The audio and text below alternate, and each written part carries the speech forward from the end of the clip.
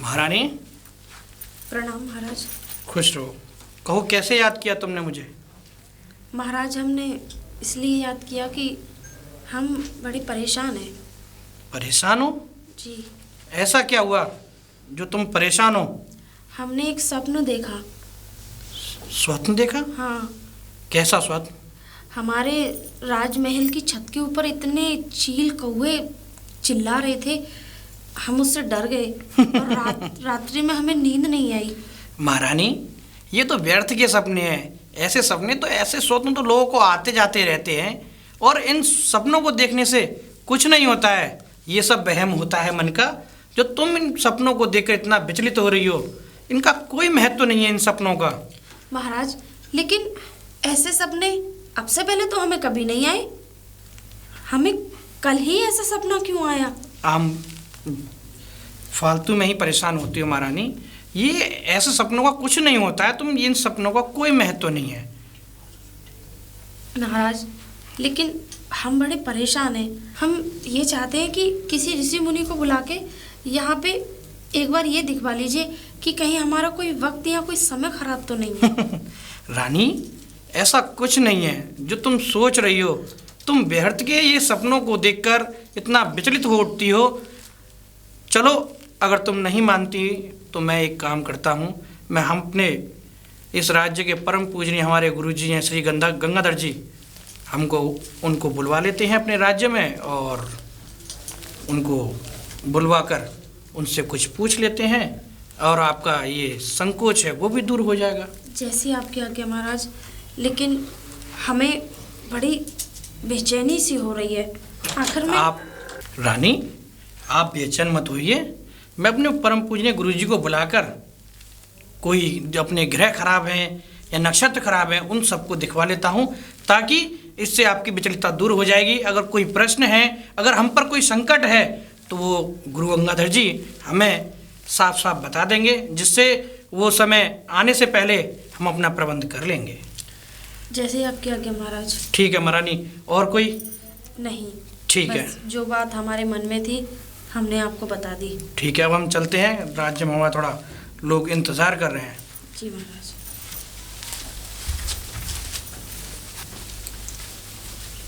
महारानी जी की जय हो। महारानी जी की जय हो। महारानी प्रणाम। प्रणाम। महारानी जी, हम पे बहुत समस्या आ गई है। आपके बगीचे में हम काम करते हैं और उस वही बगीचा हमारा घर है। वहीं रहते हैं, वहीं खाते हैं, वहीं पीते हैं। महारानी, वहाँ पे हमने कुछ धन छुपाया था अपना, वो किसी ने निकाल लिया है। महारानी जी, हमें इंसाफ चाहिए। निकाल लिया है? जी।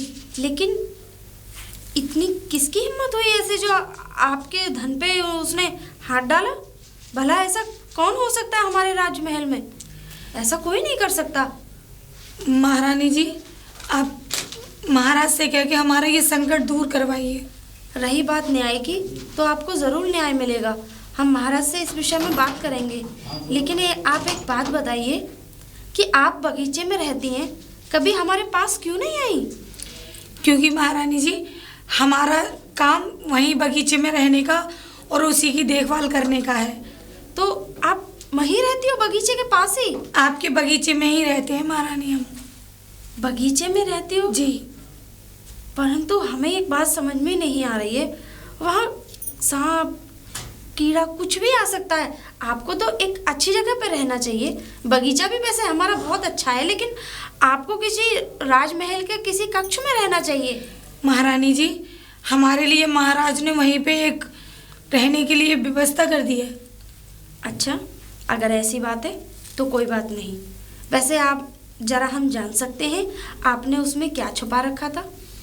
हमने उसमें कुछ सोने चांदी के आभूषण छुपा रखे थे, कुछ पैसे छुपा रखे थे। उसमें हमने एक मिट्टी का वो घड़ा रख रखा था। अच्छा, वो सोने चांदी के आभूषण और कुछ पैसे कहाँ से आए आपके पास? वो हमें मिलते हैं ना आपके कक्ष से। अच्छा, हम समझ गए।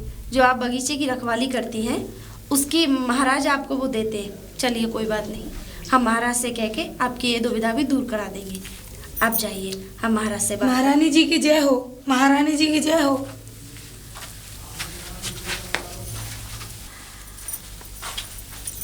प्रणाम महाराज।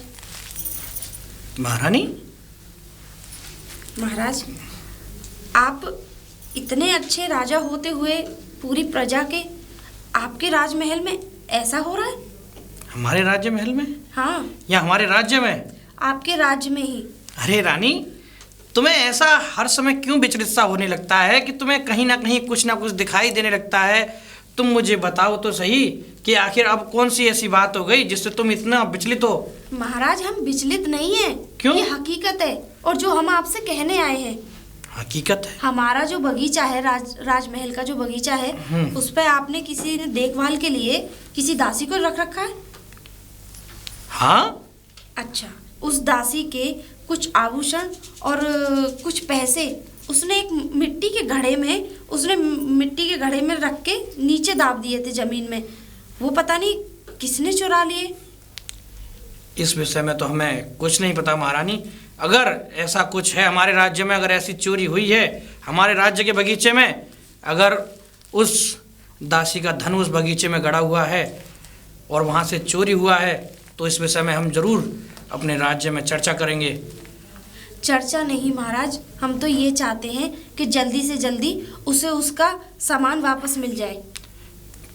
चलो, जैसे आप कहती हो रानी। और हाँ, एक बात और महाराज, वो बगीचे में ही रहती है, उसके लिए राजमहल का कोई कक्ष ऐसा हो ताकि वो रह सके। वो बगीचे में ही रहती है, बगीचे में ही सोती है, बगीचे में ही मतलब भोजन करती है। महारानी, इस बात पर हम विचार विमर्श करेंगे, क्योंकि हमारे जो मंत्री हैं, हम उनसे विचार विमर्श करके तभी इसके बारे में हम तुम्हें कुछ बता पाएंगे।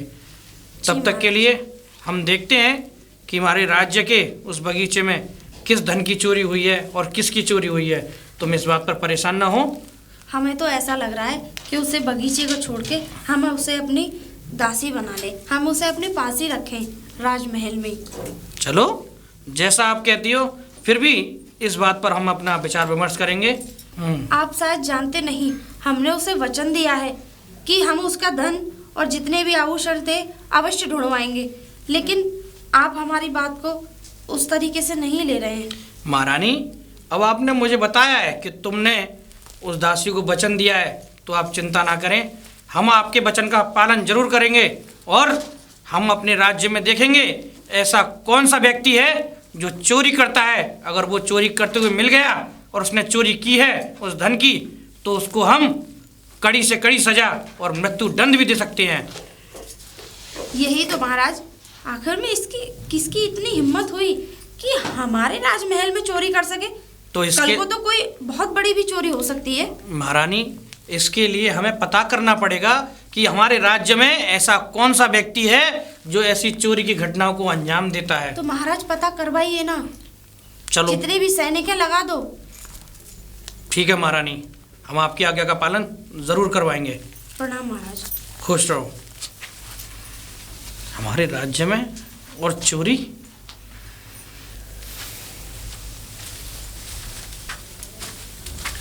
वैद्य जी को मेरा प्रणाम। प्रणाम। और किधर कहाँ आ रही हो?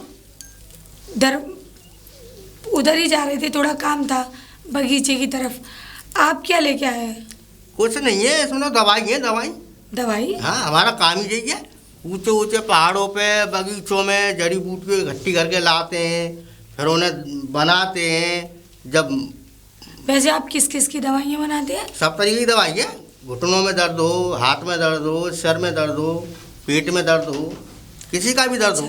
तो आप खुद बनाते हैं जड़ी बूटियों की? हाँ, खुद बनाते हैं। अच्छा। हाँ, जड़ी बूटियाँ कहाँ से लाते हैं आप? पहाड़ों से? पहाड़ों से हैं, बगीचों में मिल जाती हैं, और ऊंचे ऊंचे पहाड़ रोल हैं पूरे नगर में, जितनी भी मिल जाए उतनी सब ले आओ। अच्छा। हाँ? तो अच्छा, आप... दवाई की जरूरत ही का?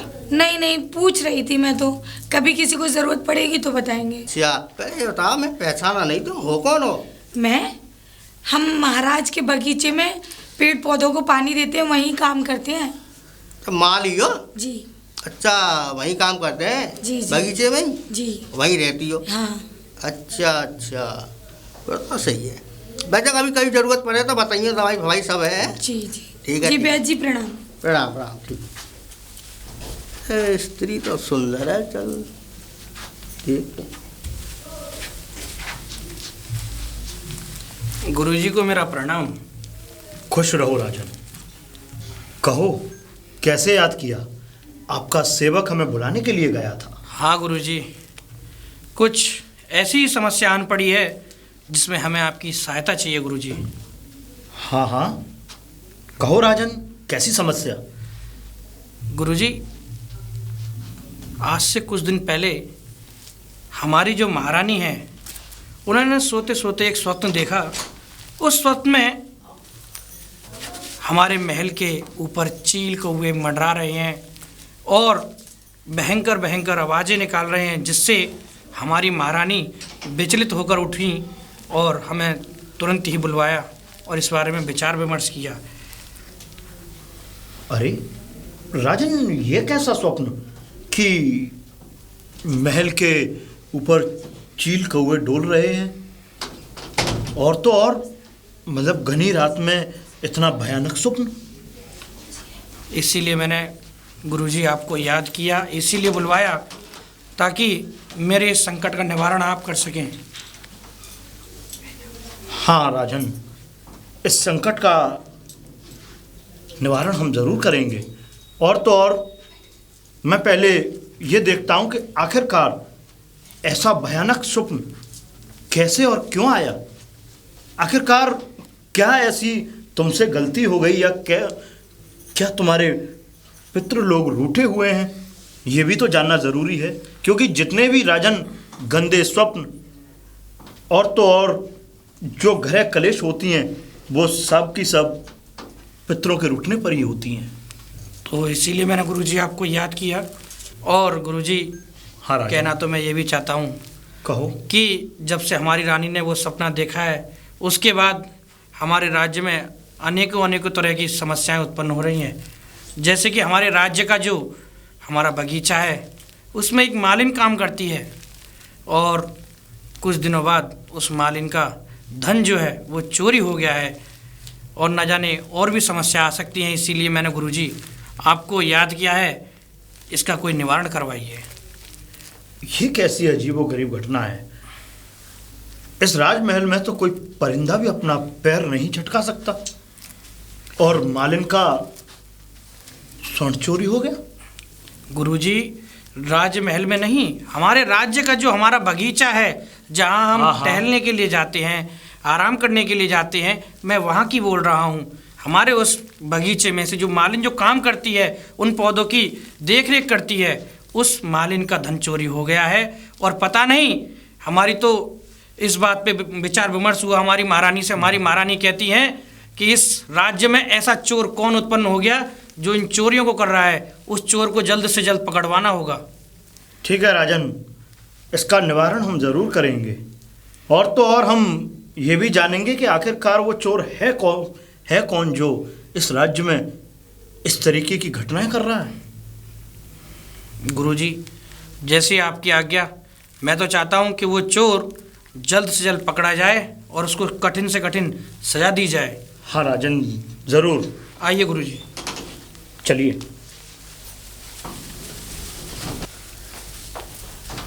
गुरुजी को मेरा प्रणाम। खुश रहो।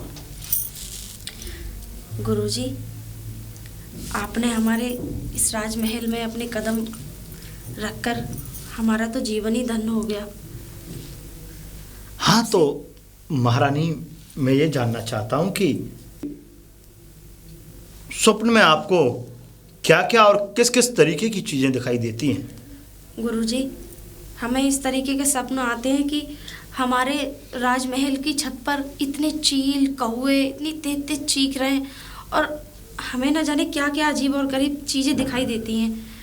इसीलिए हमारा मन बड़ा विचलित हो गया था। हाँ, वैसे मन को विचलित करने की कोई ज़रूरत नहीं है महारानी। मैं जानता हूँ कि ये किसी कारणवश हो भी सकता है, लेकिन इस चीज़ को ज़्यादा आप गहराई से ना लें। मैं तो बस यही कहूँगा कि सब कुछ ठीक हो जाएगा समय आने पर। गुरुजी, आप कह रहे हैं कि इस चीज़ को इतनी गहराई से न लें। हमारे पास संतान नहीं है। इतने बड़े राजघराने से हम आए और इतने बड़े राजघराने में हम रह रहे हैं, महारानी हैं, लेकिन हमारे पास औलाद का सुख नहीं है। तो फिर हमारा क्या फ़ायदा स्त्री होने का? नहीं महारानी, इन बातों को आप न सोचा करें। संतान होना या ना होना ये तो उस ऊपर वाले की मेहर है। और मैं तो यही कहूँगा महारानी कि जब तक उसकी कृपा नहीं होती तब तक तो आप भी जानती हैं कि कोई भी काम बन नहीं सकता। गुरुजी, हम ऊपर वाले की सेवा में कोई कमी भी नहीं रखते। मैं जानता हूँ। हम इतनी पूजा पाठ करते हैं कि हम क्या बताएं आपको, लेकिन फिर भी हमें औलाद का सुख नहीं मिला। कोई बात नहीं महारानी, इन चीज़ों का भी निवारण हम करेंगे। सबसे पहले तो हम इस चीज़ का निवारण करेंगे कि आपको ये स्वप्न जो दिखाई दिए हैं, आखिरकार इसका क्या कारण है? आखिरकार ये स्वप्न क्या कहना चाहते हैं? हमें तो ऐसा लगता है गुरुजी, कोई आने वाले संकट का डर लग रहा है हमें। नहीं महारानी, ऐसा नहीं बोलिए। कोई भी संकट आएगा तो राजा इतने प्रतापी हैं कि वो हर संकट को यूं ख़त्म कर देंगे। लेकिन उन संकटों का भी कोई ना कोई कारण होता है। पितरों का कारण होगा या कोई हम लोगों से गलती बनी होगी, उसका कारण होगा।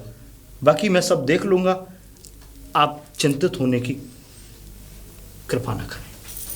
जैसी आपकी आज्ञा गुरुजी। हम सब हम तो आपकी कही हुई बातों पे चलते हैं बस महारानी, आप जैसे ही नित्य प्रभु की पूजाएं करती हैं वैसे ही करें, जैसे नित्य रहती हैं वैसे ही रहें। आप प्रणाम गुरुजी। खुश रहिए।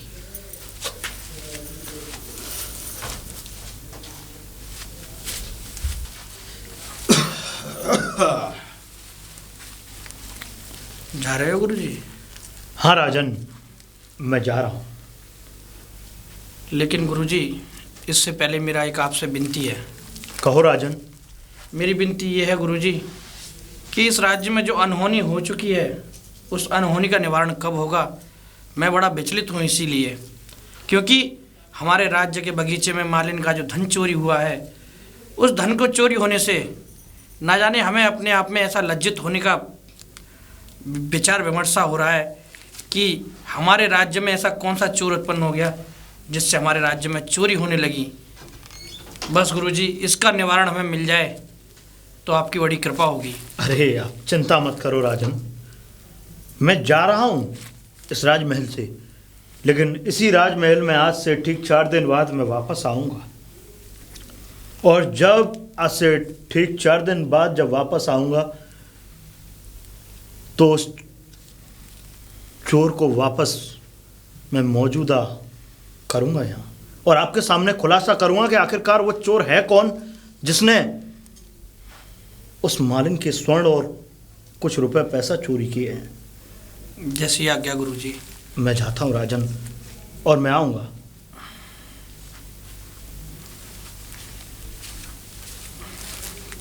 मुझे गुरुजी पे पूरा विश्वास है। गुरुजी 4-5 दिन में उस चोर का पता लगा लेंगे, फिर मैं उस चोर को मृत्यु दंड की सजा दूंगा।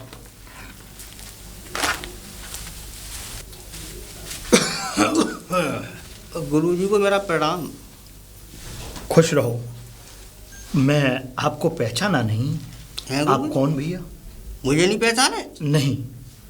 मैं लाला राम वैद हूँ, इसी नगर में रहता हूँ, दवाइयों का काम है मेरा। लाला राम वैद? हाँ।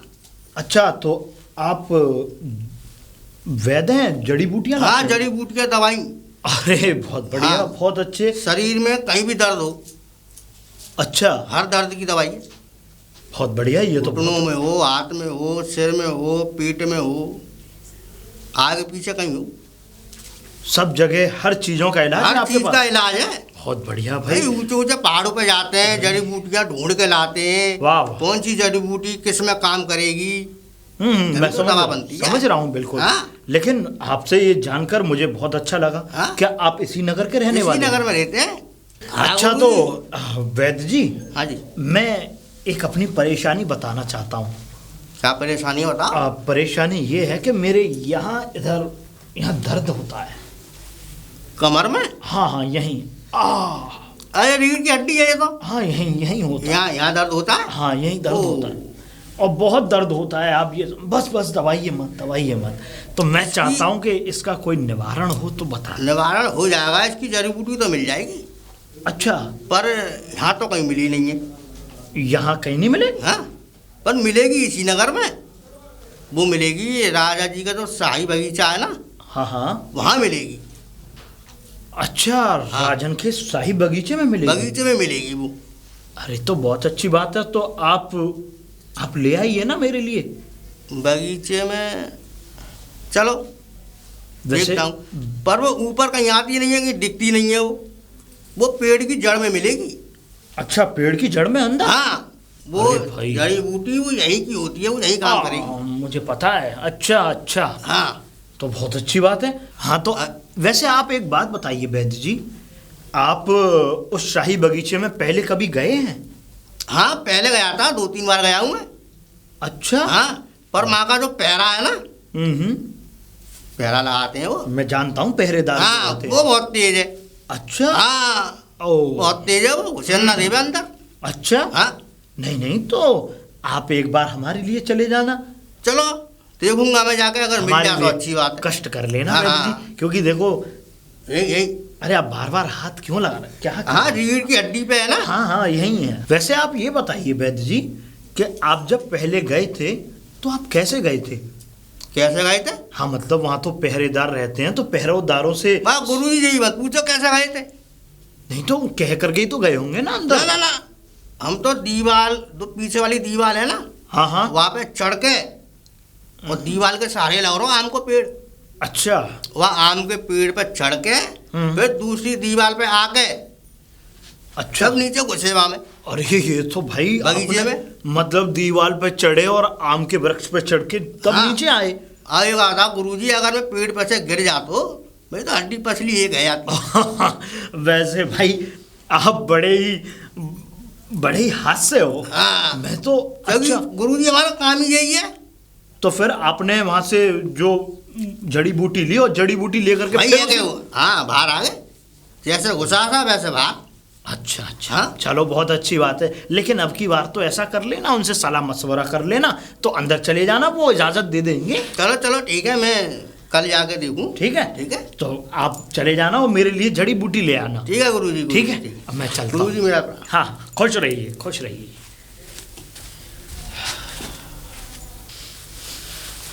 गुरुजी को मेरा प्रणाम। खुश रहिए राजन। बताओ गुरुजी, कैसे याद किया? मैंने राजन आपको बोल करके गया था कि मैं ठीक 4 दिन बाद आऊँगा, और देखिए। तो क्या गुरुजी, आपने जो इस राज्य में जो चोर है उसका पता लगा लिया आपने? बिल्कुल ठीक कहा राजन आपने कि इस राज्य में जो चोर है, जिसने उस शाही बगीचे से चोरी की है, वो चोर पकड़ा गया। पकड़ा गया? ये तो बहुत अच्छा हुआ। गुरुजी, आप शीघ्र अतिशीघ्र उस चोर का मुझे पता बताइए, ताकि मैं अपने सैनिकों को भेजकर उस चोर को यहाँ बुलवाऊं और उसे अपने हाथ से मृत्यु दंड दे सकूं। बिल्कुल राजन, दंड देना ना देना ये तो आप जाने। बाकी रही चोर की बात, तो उसको मैं जो है शाही दरबार में हाजिर करूंगा। कल आप अपने शाही दरबार में जो इस नगर के वैद्य हैं उनको बुलवाएं। इस नगर के वैद्य लालाराम वैद्य जी? हाँ, उन लालाराम वैद्य जी को। तो गुरुजी, आपका कहने का अर्थ क्या है? क्या हमारे जो इस राज्य के और हमारे इस राजघराने के जो वैद्य जी हैं, क्या वो चोर है? हाँ राजन, वो नहीं चोर नहीं है। नहीं नहीं गुरुजी, आप पे जरूर आपकी दृष्टि से कोई त्रुटि हुई है। ऐसा नहीं हो सकता। वो तो एक बहुत ही माने हुए वैद्य हैं, इस राज्य के और बहुत ही सज्जन वैद्य हैं, वो कदापि ऐसा कार्य नहीं कर सकते। जैसे आप बता रहे हैं कि ये चोरी उन्होंने की है, यह मानने के लिए हमारा मन शीघ्र नहीं है। राजन, मैं जानता हूं कि आप बहुत दयावान हैं और आप हर किसी पे बड़े ही बिन स्वार्थ के आप दया कर बैठते हैं, लेकिन राजन, आपको इस चीज़ का अंदाज़ा भी नहीं होगा कि जिन वैद्य जी को आप इतना बड़ा दर्जा दे रहे हैं वो वैद्य नहीं, चोर हैं। गुरुजी, ये बात मानने के लिए मेरा मन मुझे स्वीकृत तो नहीं कर रहा है, लेकिन मैं आपके वचनों को भी, आपकी बातों को भी, आपकी बातों का निरादर नहीं करूँगा। जो आप कह रहे हैं, क्या पता शायद वो सत्य भी हो सके। तो इसीलिए तो कह रहा हूँ राजन कि आप कल शाही दरबार में उनको हाजिर करें और आगे की कहानी मैं वहीं बताऊंगा। ठीक है गुरुदेव, जैसी आपकी आज्ञा। खुश रहिए राजन, मैं चलता हूँ। हमारे राज्य के वैद्य और चोर, ये तो सब कल राज्यसभा में ही पता पड़ेगा। महाराज की जय हो, महाराज की जय हो। अरे मालिन, महाराज, तुम और इस राज्य महल में, कहो कैसे आना हुआ? महाराज, हमने कुछ परेशानी महारानी जी को बताई थी। हमारा आज तक कोई समाधान नहीं हुआ। 1 महीना हो गया देखते देखते महाराज, इसीलिए हम आपके पास आए हैं। महाराज, हमें इंसाफ चाहिए। अरे मालिन, तुम चिंता मत करो, बहुत ही जल्द तुम्हारे उस धन का चोर पकड़ा जाएगा और वो उस राज्य के सामने दिखाया जाएगा। जो तुम्हारा धन चोर लेके गया है, उस चोर को बस पकड़ना ही बाकी रह गया है, बाकी उस चोर की पहचान हो चुकी है। महाराज, हमें हमारा धन वापस चाहिए। तुम चिंता मत करो मालिन, तुम्हें तुम्हारा धन सह इज्जत के साथ, तुम्हारा धन तुम्हें दिया जाएगा। जो आज्ञा महाराज। महाराज की जय हो। अब तुम जा सकती हो। ऐसे तो कर लूंगी। अरे वैद्य जी हैं क्या? अरे वैद्य जी। अरे हाँ गुरुजी को मेरा प्रणाम। अरे हाँ गुरुजी, कैसे आना हुआ? अरे बस वैद्य जी, मेरा इसीलिए आना हुआ कि आप नहीं आए। मैंने सोचा कि वैद्य जी शायद भूल गई दिखे। अरे ना ना ना, तुम्हारी बात का बिल्कुल ध्यान है। बड़ा दर्द हो रहा है, आप जड़ी बूटी लेकर के आए? अरे गुरुजी, मैं ऐसा था, कल गया था मैं। हाँ। तो कल गया था, तो कल पहरा था कर्रा। अच्छा। हाँ, 2-4 पहरे इधर उधर घूम रहे। अच्छा। बगीचे के मैं आर पार, इधर बाहर भीतर। हाँ हाँ। पर अंदर जाना नहीं हुआ मेरा। अच्छा, फिर? अब मैं कल ले जाऊंगा सुबह। सुबह? सुबह जाऊंगा अंधेरे में। भोर में? हाँ, सुबह ही सुबह जाके, और पहरे जब तक इधर उधर हो जाएंगे या सूसाएंगे, कहीं भी निकल जाए, जब तुम्हारी जड़ी बूटी ढूंढ के लाऊंगा मैं। पर जल्दी लेके आइए। वैसे आप सुबह चले जाएंगे ना? ये मैं सुबह पक्का जा रहा हूँ मैं। अच्छा अच्छा अच्छा, ठीक है। बिल्कुल, तुम्हें कल दवा मिल जाएगी। ठीक है, टेंशन मत लो। बहुत दर्द हो रहा है, आप ये समझ लीजिए। थोड़ा कल तक और कष्ट कर लूँ ना, ज़्यादा दर्द हो रहा है। बहुत दर्द हो रहा है, कल तक कष्ट कर मैं लो। बता नहीं सकता आपको। ठीक है गुरुजी। खैर, आप जल्द से जल्द मेरे लिए जड़ी बूटी ले। हाँ, आप टेंशन मत लो, मैं सुबह ही जा रहा हूँ। ठीक है, तो आप सुबह चले जाएंगे? हाँ, तो चलो, मुझे ऐसा है कि कल छोड़ दूसरे दिन तक मुझे आराम भी आराम मिल जाएगा, है ना? चलो ठीक है, मैं चलता हूँ। ठीक है गुरुजी।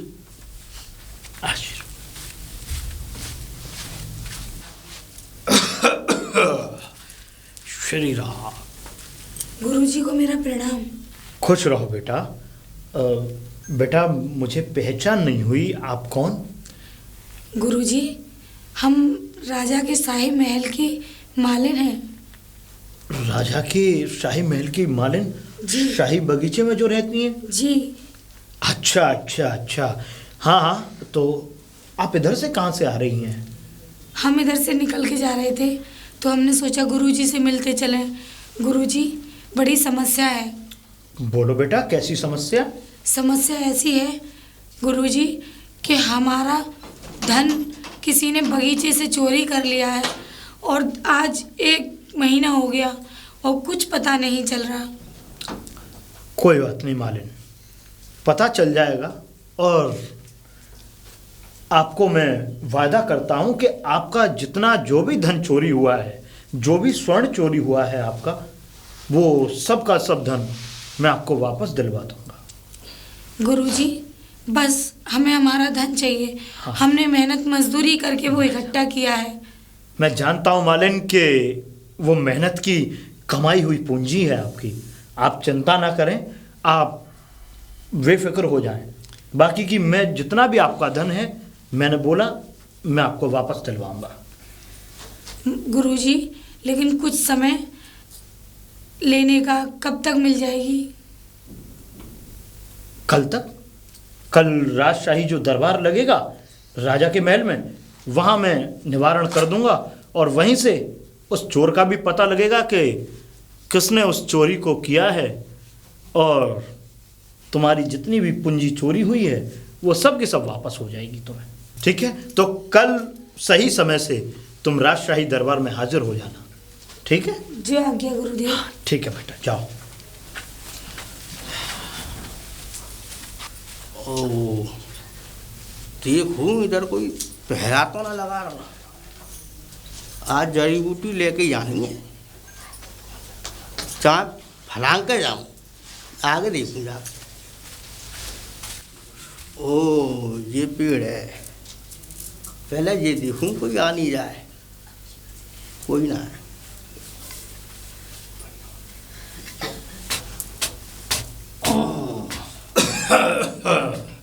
क्या कर रहे हैं वैद्य जी? क्या बड़ा? अरे क्या कर रहे हैं वैद्य जी? गुरुजी आप? हाँ मैं। पर आप अचानक से? गुरुजी इतने अंधेरे में तुम यहाँ क्या कर रहे हो? बस मेरी इच्छा जागरूक हुई कि मैं बगीचे में घूम करके आऊं तो चला आया। क्यों? हाँ गुरुजी कुछ नहीं, वो आप इतना मुझे देख करके घबरा क्यों गए वैद्य जी? नहीं, घबराने की कोई बात नहीं है। मैं नहीं। तो ये वो आपके लिए वो जड़ी बूटी निकाल रहा था। अच्छा, हाँ, तो यहाँ खोद के जड़ी बूटी हाँ, निकाल वो रहे? पेड़ के नीचे निकलती है ना। तो अच्छा, मैंने की, पर मुझे समझ नहीं आया आप इतनी अंधेरे में और यहाँ कैसे? हाँ गुरुजी। अच्छा, तो वैसे वैद्य जी आप आए कहाँ से? मतलब किधर से आते हैं? आपने तो मुझे गुरुजी मुझे सारी बात पूछने का समझा नहीं। मैं तो वैद्य जी पूछ ही तो रहा हूँ, और अगर मैं पूछ रहा हूँ तो आपको बताने में क्या हर्ज है? नहीं नहीं, कोई वो नहीं है, वो तो पेड़ है ना ये। कौन सा? ये कोने में जो लग रहा है, हाँ हाँ, इस पे होके आया हूँ। दीवार पे चढ़ के और पेड़ पे आए? हाँ अच्छा, बड़ी कलाएं हैं आपके अंदर। हाँ गुरुजी। तभी कलाएं दिखा रहे हैं आप अपनी। पर कोई गलत काम थोड़ी कर रहा हूँ, तो मैं- जड़ी बूटी निकाल रहा हूँ। मैंने कुछ कहा? आपका दर्द बंद हो जाएगा। मेरा तो दर्द बंद हो चुका। हो चुका? खैर, अच्छा, यही जड़ी बूटियां निकलती हैं। हाँ यही। वैसे वैद्य जी, जरा थोड़ी अगर आप अपनी नजरें घुमाएंगे तो वहां आपको एक आम का वृक्ष दिख रहा है? हाँ हाँ दिख रहा है? दिख रहा है वो। तो मैं ये जानना चाहता हूं कि आज से ठीक 1 महीने पहले उस आम के वृक्ष के पास सोने का कलश गड़ा हुआ था और कुछ रुपए पैसे थे। 1 महीने पहले? हाँ। ना गुरुजी, मैं नहीं गया उधर, और गया हूँगा तो मुझे ध्यान नहीं है। गया होऊंगा तो मुझे ध्यान नहीं, यानी कि आपने अपने मुंह से नहीं, कबूल आप कर ही चीज़ ही लिया। ऐसी बता रहे हो, सोने का कलश मेरी नज़र से बाहर है। या तो सच बता दीजिए, वरना सच बुलवाने के लिए तो फिर हमारी बामन कलाएं ही काफ़ी हैं। ना गुरुजी, भाई मैं उसका करूँगा क्या? मेरा तो जड़ी बूटियों का काम है, कलश का क्या करूँगा? सच सच बताते हैं कि अभी आपको फिर मैं ही बताऊं? हाँ, आप बता ही दीजिए सच सच। नहीं, चलो। वैसे गुरुजी, मैं जड़ी बूटी खोद रहा था, तब निकला था वो। तो कलश मेरे पास तो है नहीं है, घर रखा है। ठीक है, तो ऐसा करो वैद्य जी, आप जो है राजा के शाही दरबार में चलें, जिससे कि आपको फांसी की सजा दी जा सके। है गुरुजी, ऐसा मत करो। नहीं, क्यों? है कलश में ला के दे दूंगा। कर दरबार में मैं क्या करूंगा जा? दरबार में क्या करूंगा जा? राजा के पास मुझे क्यों ले जा रहे हो? चलो, ये भी अच्छा हुआ कि तुमने अपने सच को कबूल किया कि तुम्हारे पास ही कलश है। हाँ, हमारी पास है। अगर तुम झूठ बोलते तो वैद्य जी आप फांसी के फंदे पर लटके होते। है खैर कोई बात नहीं, आप अपनी इस पुटलिया को उठाएं और मेरे साथ राजा के महल में चलें। है गुरुजी, महल में मैं मैं आपको दे दूंगा कलश ला के। विश्वास माने कि मैं आपको कुछ होने नहीं दूंगा अब, क्योंकि आपने सच बोला है। इसलिए आप झूठ बोलते तो आपके साथ जो होता वो आप खुद जिम्मेदार होते। उठाइए उठाइए उठाइए और आइए मेरे पीछे पीछे।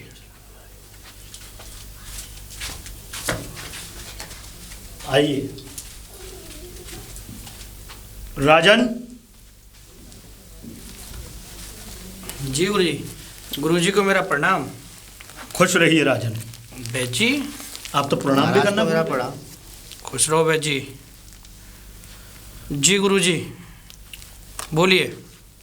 बस राजन, बोलना क्या है, चोर आपके सामने है और इसमें खुद ब खुद कबूल भी किया है कि मेरे पास ही वो सोने के कलश और रुपए पैसे हैं। बोलिए। आप चोर ऐसे कैसे कह सकते हो?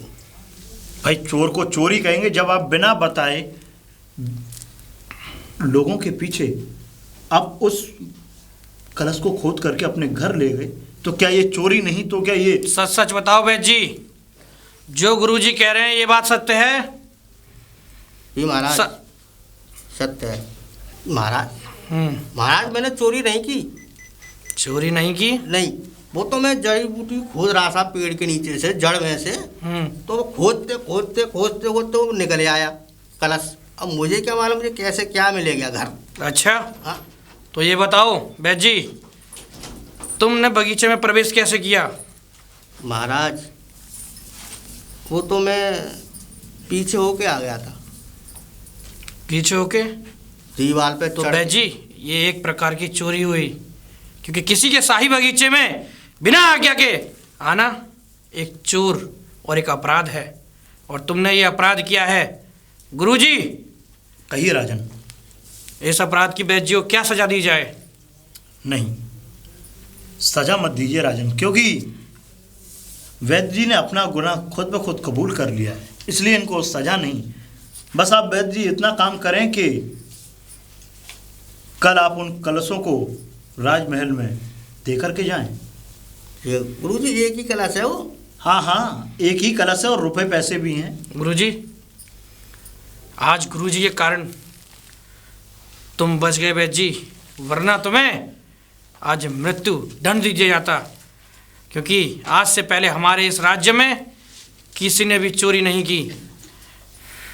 चलिए, आपको बाइज्जत बड़ी किया जाता है, और कल इसी सभा में लाके वो कलश आप हमें देंगे, ताकि जिसकी वो अमानत है उसको हम सह इज्जत वो कलश उसका वापस कर सकें। बिल्कुल ठीक तो राजन, महाराज मैं ले आऊँगा कलश। जाइए आप। जाइए। गुरुजी आपकी बड़ी अति कृपा हुई, आपने इस चोरी के राज को खोल के हम पर बहुत बड़ी कृपा की है। नहीं तो हम तो चिंतित थे कि इस चोरी को कैसे खोला जाए, इस चोरी का मुख्य कारण क्या है, और आज आपने उस चोर को पकड़वा के तुमने एक वैद्य को सही सलामत भेज दिया, और जो चोरी का धन है वो वापस करा दिया। बस राजन, क्योंकि आपसे भी कोई गलत काम ना हो, और जिस तरीके से इस राजमहल में चोरी हुई उस चोर का भी पर्दाफाश हो गया। ठीक है राजन। ठीक है गुरुदेव, आपकी बड़ी कृपा हुई। चलता हूँ।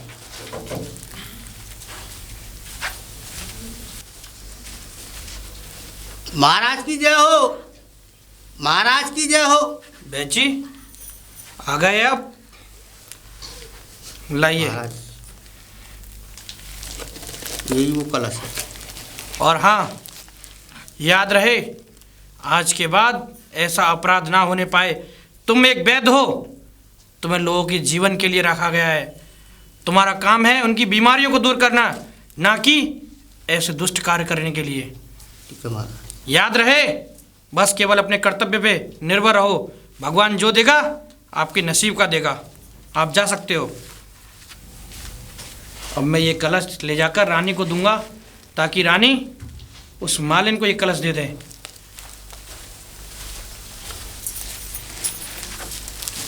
महारानी, महारानी, प्रणाम महाराज। ये लीजिए महारानी।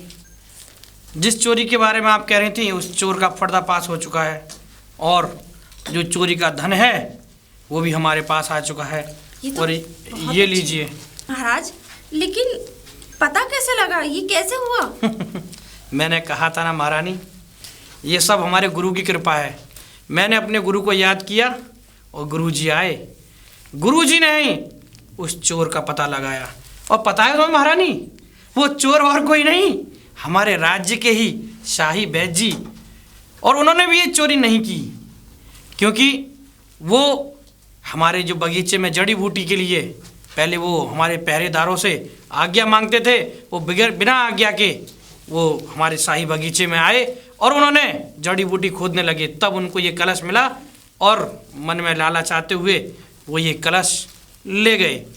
तब हमने उनसे पूछा तो उन्होंने सत्य सत्य हमें जवाब दिया और उसके बाद आज वो ये कलश लेके आए और ये कलश मैंने लाके आपको दिया ताकि आप ये जिसकी अमानत है उस मालिन को सौंप दी जाए।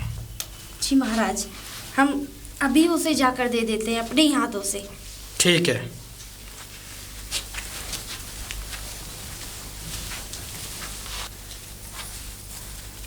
मालिन, अरे महारानी जी को मेरा प्रणाम।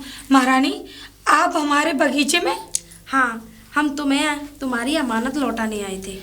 महारानी, लेकिन आपने आने का कष्ट क्यों किया? हमें बुला लिया होता। कष्ट कैसा? ये तो आपका हक है इसे लेना, और हम तो आपकी चीज आपको वापस लौटाने आए थे। ये तो- इसमें कष्ट वाली कौन सी ये तो बात है? बहुत अच्छा हुआ महारानी जी। हम सोच ही रहे थे कि हमारे आभूषण जरूर मिल जाएंगे। महारानी के होते हुए हमारे साथ में नाइंसाफी नहीं हो सकती। बिल्कुल। और हाँ, कभी भी किसी भी चीज की जरूरत पड़े तो हमें याद करना आप। जो आज्ञा महारानी। ठीक है। महारानी जी की जय हो। आप जाइए।